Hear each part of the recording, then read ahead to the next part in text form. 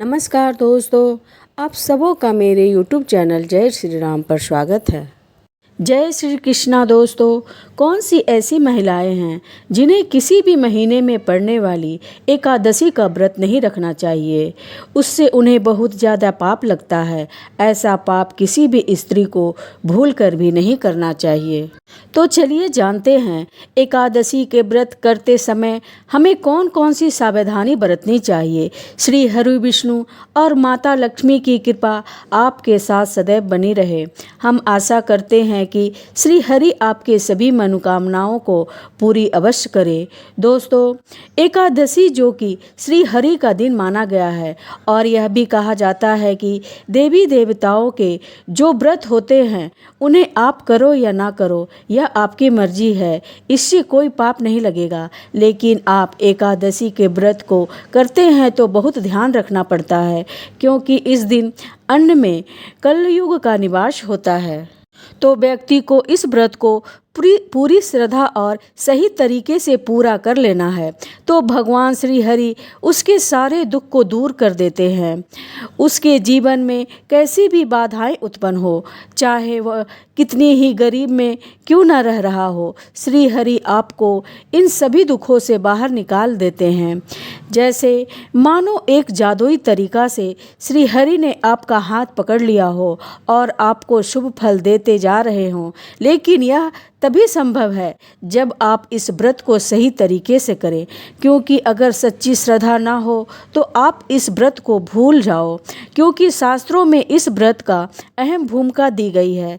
इस व्रत को करने वाला व्यक्ति माता लक्ष्मी की कृपा पा लेता है। लेकिन इसी के साथ ही घर में ऐसी 3 महिलाएं होती हैं जिन्हें एकादशी का व्रत गलती से भी नहीं रखना चाहिए, अन्यथा श्री हरि क्रोधित हो जाते हैं और माता लक्ष्मी भी रुष्ट हो जाती है।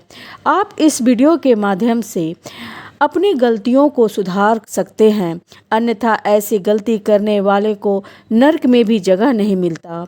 दोस्तों, हम आपको एकादशी पर किए जाने वाले विशेष उपाय बताएंगे, जिससे आपकी आर्थिक स्थिति में सुधार होगी, जिसके कारण माता लक्ष्मी दोनों हाथों से आपके जीवन में धन की वर्षा करेंगी। यह उपाय एकादशी के दिन ही करना चाहिए।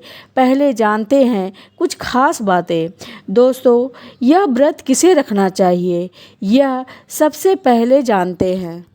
पहला, एक तलाकशुदा औरत एकादशी का व्रत रख सकती है। तो दोस्तों, यह व्रत सच्ची श्रद्धा और भक्ति भाव से किया जाता है। पुराणों में कहा जाता है कि पति पत्नी मिलकर जब व्रत को पूरा करते हैं तो कई शक्तियां एक साथ जुड़ जाती हैं और महा सहयोग बनता है।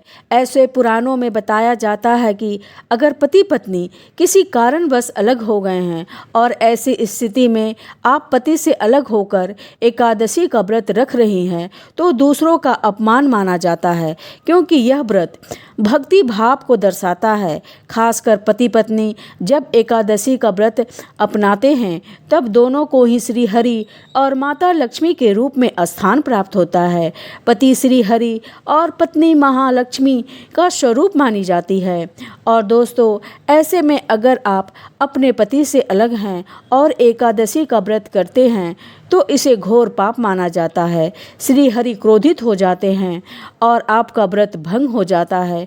इसलिए तलाकशुदा औरतों को एकादशी का व्रत कभी नहीं करना चाहिए। व्रत आप तभी करें जब आप अपने पति के साथ प्रेम भाव से रह रहे हों। क्रोध में आकर पति से अलग होकर इस व्रत को नहीं किया जा सकता है, क्योंकि इस व्रत में मुख से गाली देना भी पाप माना जाता है।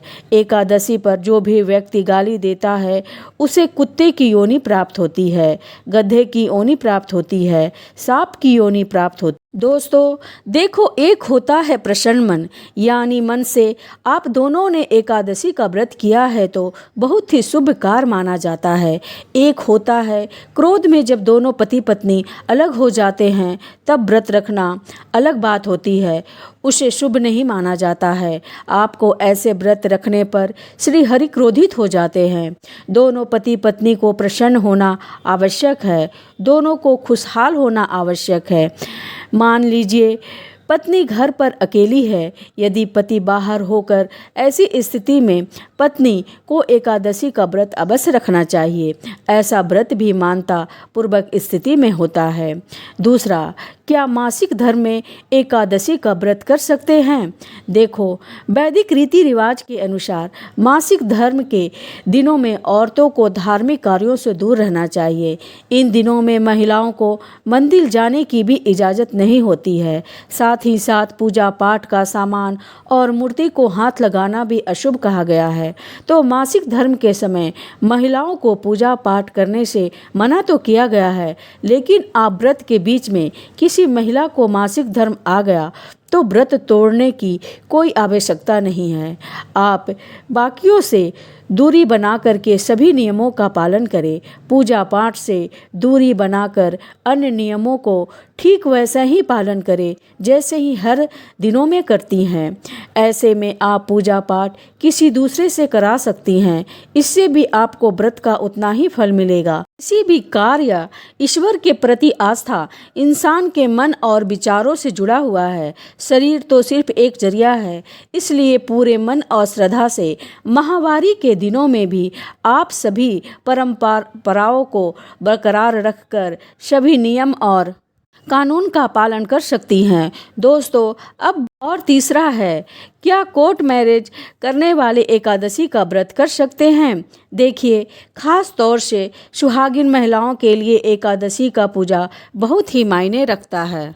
एकादशी का व्रत पूर्ण रूप से करने से वैवाहिक जीवन, उच्च संतान की पूर्ति, धन दौलत, मोक्ष प्राप्ति सब हासिल हो जाता है और पति पत्नी को 7 जन्मों तक एक साथ मिला देता है।